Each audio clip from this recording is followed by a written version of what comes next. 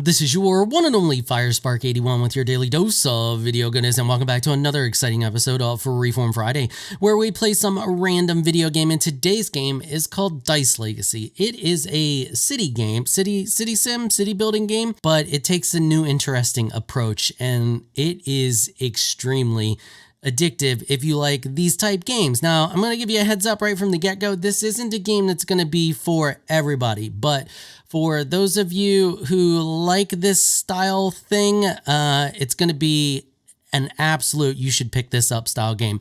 It is extremely smooth, the gameplay loop is solid, and it's just a really, really well done experience. Now, I don't know how to make these kind of games super entertaining, so what I'm going to do in this video is just try to be informational, explain the game to you so you get a good idea of what you're getting into if you decide to pick it up. So we're going to start with a new game here. I've only unlocked this. There's apparently other options. I have to complete this one in order to do it. I have yet to complete this one. It's a pretty challenging game, so we're going to select that. Now, this is your starting dude. This is your standard guy that you start with. I just recently unlocked this guy. I want to try him out, so we're going to go with this guy. He starts with a few extra dice here, or a few different dice than what this guy starts with. He starts with all peasants. This guy actually starts with 2 citizens. I'll explain what the difference is and how the dice work here in a minute. I'm going to go on pacifist mode because standard's just slightly frustrating and I kind of don't want to deal with it. So anyway, we're going to go on that, and yeah, looking pretty good. Let's click begin. So here we go. We're sailing in. This is the map. It's a giant ring. And part of the reason I want pacifist is because in this game, if you go on the standard mode, as you explore, you get attacked. And the more you explore, the more you get attacked by like other villages and stuff like that are around, or they refer to them as encampments. So the more you get attacked by different encampments. And while I'm playing by myself or not recording, basically, it's not bad, but I don't want to try to be focused on that and explaining everything because it does get a little hectic. Now, the only real problem I have with this game, and I think I understand why they did it, you can't do anything when the game is paused. So you can pause the game and you can move the map and you can assess the situation, but you cannot re-roll your dice. You can't move your dice, nothing. You have to unpause. It's all in real time in order to do things. And once things start to progress more, that kind of stuff can get a little crazy. So that's my only complaint. And I think the reason they did that is to put the pressure on you. If they did allow you to act while the game was paused, I'm not sure it would have quite the draw that it does have, or that I got to keep playing type feeling. So anyway, these are our dice. These are essentially our people. Now, our people only do specific things when they're rolled. And so, for example, you can see here we got the axe and the pickaxe. So that goes into this slot here. So I can drag this, once I unpause it, I can drag this dice into any of these slots and they will do the work and we'll get a thing. And that where you see there, it says 20, that would tick down to 19 because each of these, well, a majority of these things only have so many uses, and that's to force you to keep exploring the map. Now, if you look on the dice here, you can see they all say 16. That's their durability. Every time I roll them, they lose 1 durability. Now, you can get durability back. That is where your food comes into play. Your food replenishes your dice, or AKA your people. You can re-roll as many times as you want, but every time you do it, you are going to lose 1 durability. In some cases, you lose more than 1 durability, depending on, because there's different types of dice and there's combination dice and things get a little wild. Now, once they are done doing the work in said thing and they come back to your little dice pool here, they are kind of grayed out, and then you have to re-roll them before you can use them again. So let me just show you here. So we're going to drag this one to here. You can also just shift click and that will pop a dice in there. Whatever one can fit in there, it'll pop it in there. So we're just going to shift click to those and we're going to let time pass. You can see time's ticking down. We can speed time up and we can still react when time is sped up. The only time we can't do anything is when time is paused. Once again, I'm pretty sure they do that just to keep the pressure on. And I think while it's frustrating and I don't really like it, I think it's actually a benefit to the game. just because something is, you don't like something doesn't mean that it's necessarily a bad option for the game. Okay, so you can see here that these are grayed out. I can't use them now. I can't do anything with them. I can do stuff with these, but I cannot do anything with these. This guy here, we're not going to need him, this symbol, for a little while. So what we're going to do is we're just going to, we can click here, or we can click R to, or type or hit R on the keyboard to re-roll. I can also hold down Alt and click one of these, as you see there. There's some different options, so we can Alt click in order to lock them so that they won't roll, but I want to roll all of these. All right, so this is really good here, so we can actually finish building our cookhouse. That will allow us to restore our dice.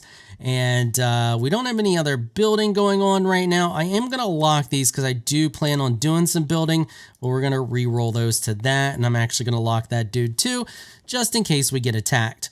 Now we're going to go over here. There are different, because this is a city builder, so of course there are different buildings that you can build. The first thing we're going to build is a house. This is going to allow us to create more dice, because not only can you lose dice, just like you would lose people in a city sim, you can also create new. And you create new by building a house.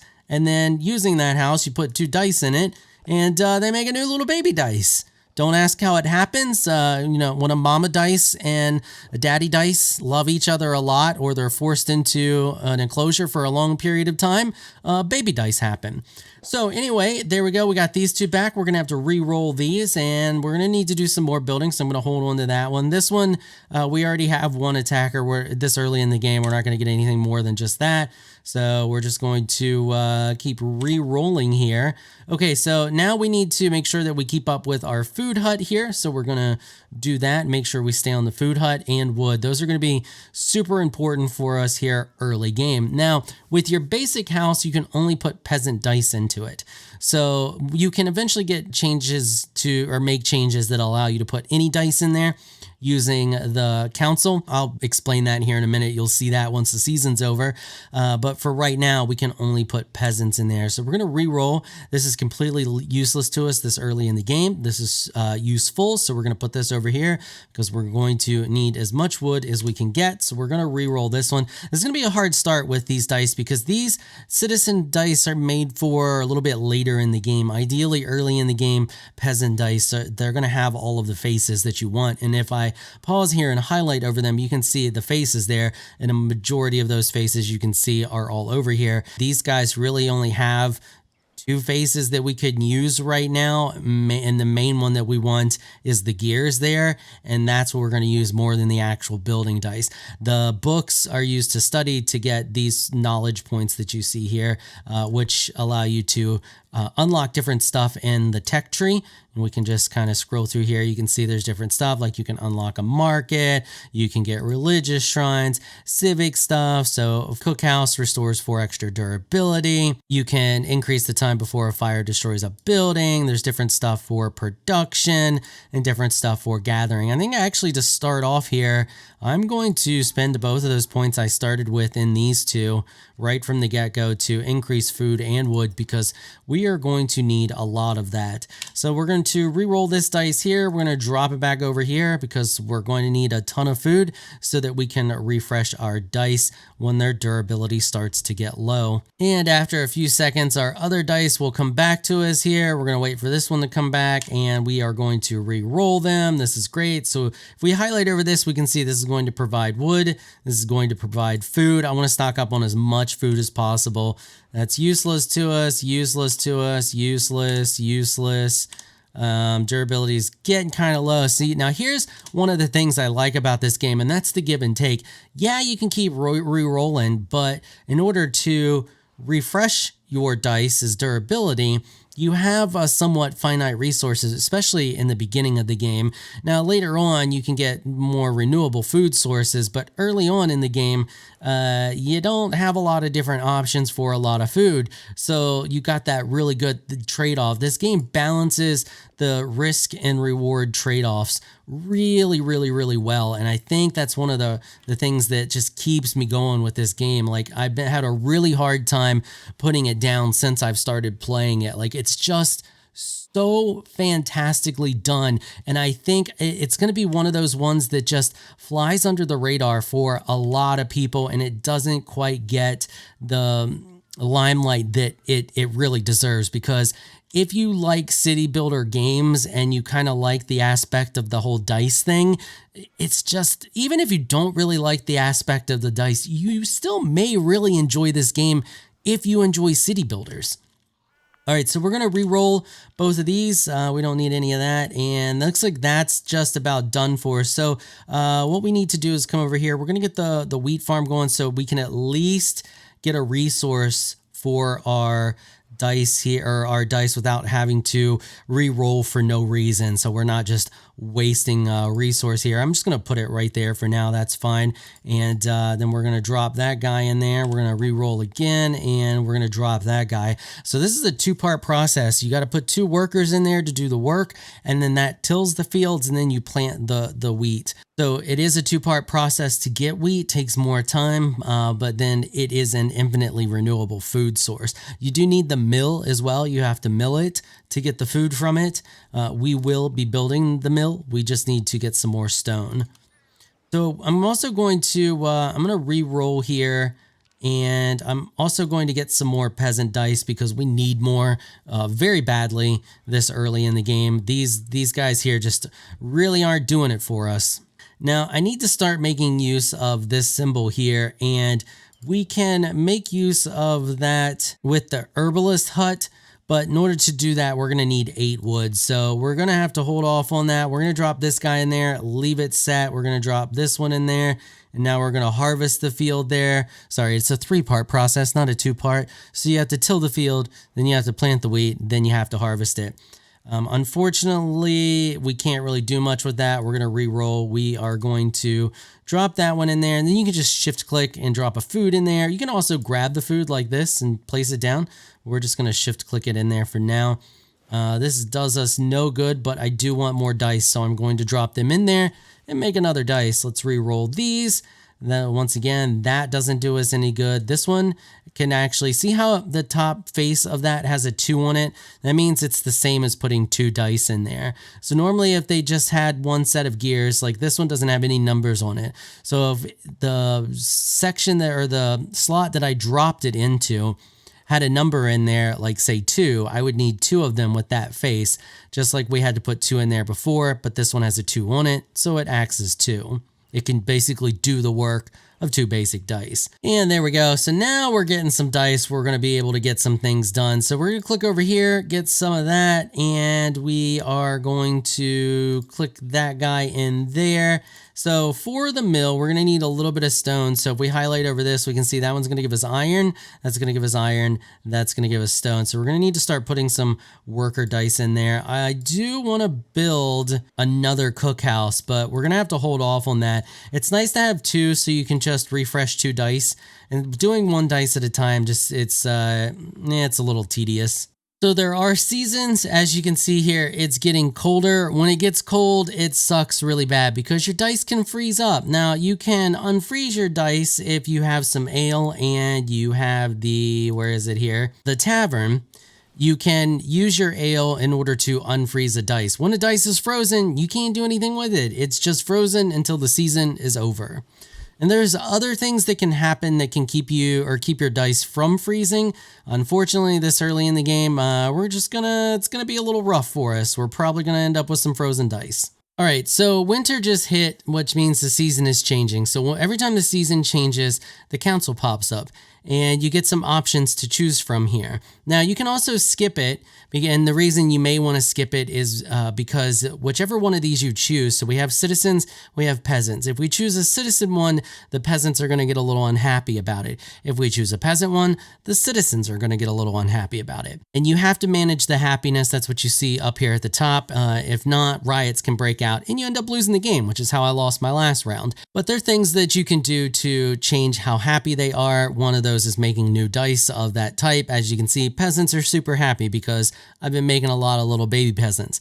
So we got different options here, and these options can drastically affect a lot of different things in the game. So if we take a look here, we have citizen dice have 15% chance to provide 1 knowledge, when used in citizen districts. And I'll talk about districts here in a second. Then we have mandatory exercise. A peasant die generated from the house starts with full durability. And then we have breakthrough, which immediately gives us 4 knowledge. I'm going to choose this one because this is going to be super handy for us this early in the game. Now, if I highlight over my peasants here, you can see that they're a little unhappy because proposed policy was rejected. So they proposed a policy. I didn't like it. I didn't want it. And it made them slightly unhappy, but they see plenty of new faces, so they're super happy about that. You can see here that the citizens got happy because I chose their proposed policy. Now, the districts are created with this here, the district hall. This is also what you use to expand the map. So if I grab this and I place it up here, you can see its boundary.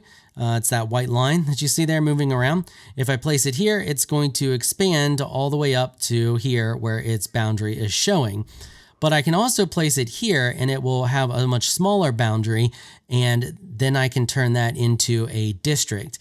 Now, whatever dice I put in there when I choose to make it a district, that's the type of district it'll be. So if I put a peasant dice in there, it will be a peasant district, citizen dice, citizen district. I'm going to actually put it right here because I can get it to affect this here.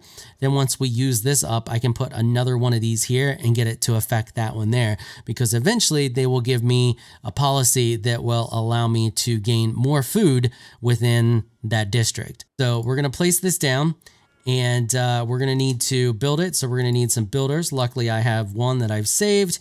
And I'm going to grab one of these dice here and drop it in there. I'm going to grab one of those there and do that to make another dice.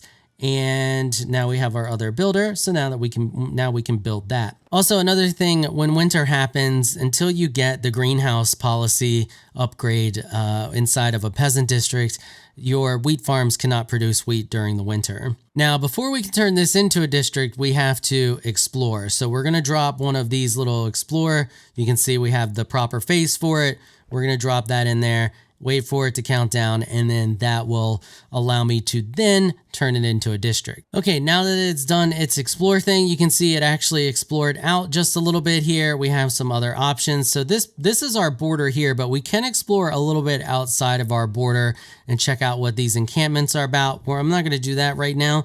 I'm more concerned about getting in here and getting this transformed into a district so we can get options once we could get options once the season is over to affect it.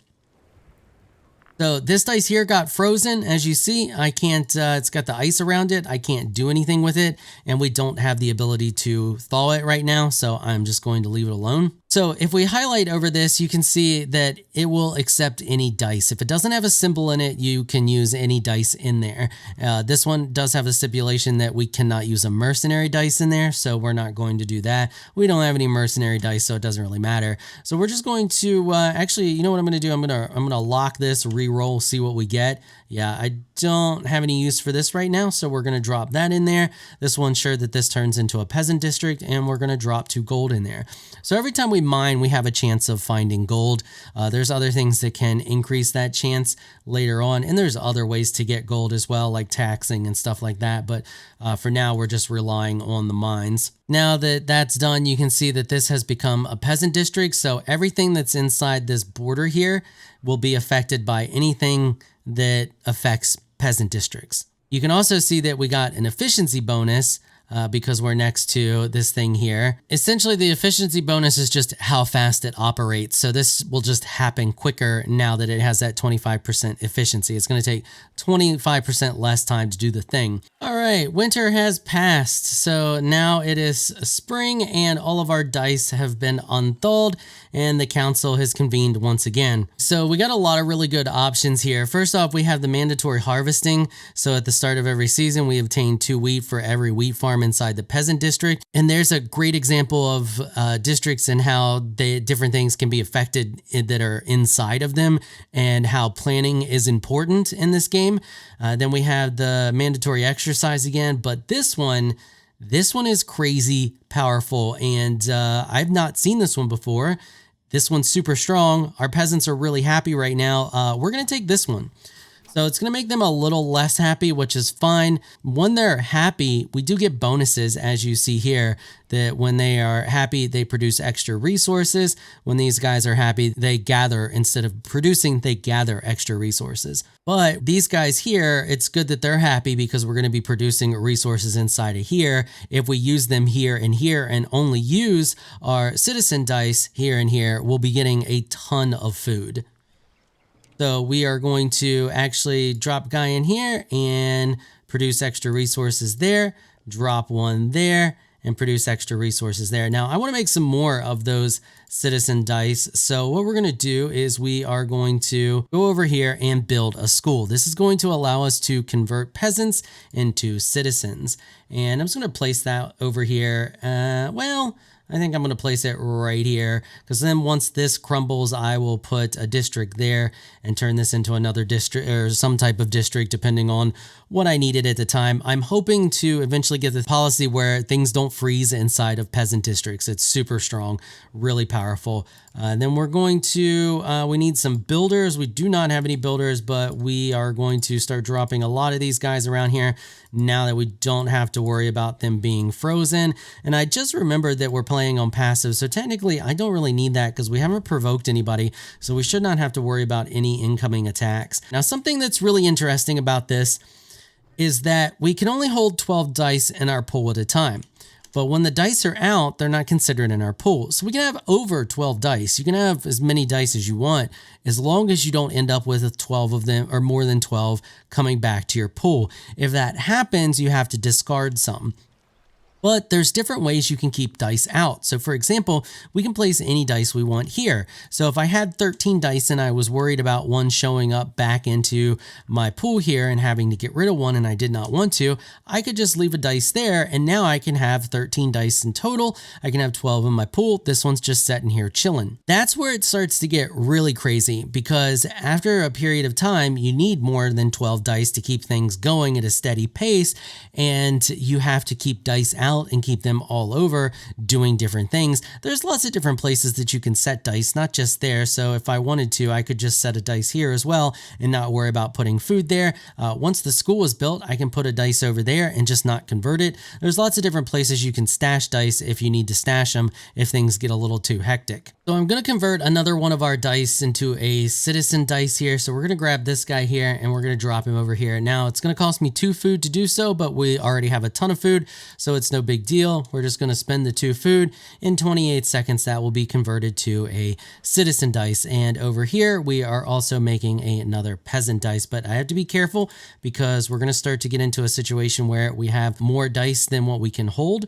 And so I'm going to need to make sure that I always keep at least one out somewhere. As you see now up here at the top, we have 13 of 12. And now we have enough stone for the enhancement chamber. The enhancement chamber is really neat because it basically levels up, well, ours is going to level up 2 sides of the dice. So whatever one is facing up, then I guess it'll just pick another one at random. We'll go from base level to 2. So like if I highlight over this, you can see it's got the 1 gear symbol that has a 2 over it. It will basically do that to whatever dice I put in there. So in order to upgrade a dice, we have to put a gold in here and an herbs. We have some herbs because I built the herbalist hut. We've been over here hunting herbs and we've gotten some gold from all the mining that I've been doing. So all we have to do is shift click to drop those in there, wait for 8 seconds, and then whatever dice I put in there, it's going to upgrade whatever side is facing up. So now that we paid that cost and the time is ticked down, we can increase the power of one of our dice. Now it's going to increase whichever one you have facing up. So you can see this one here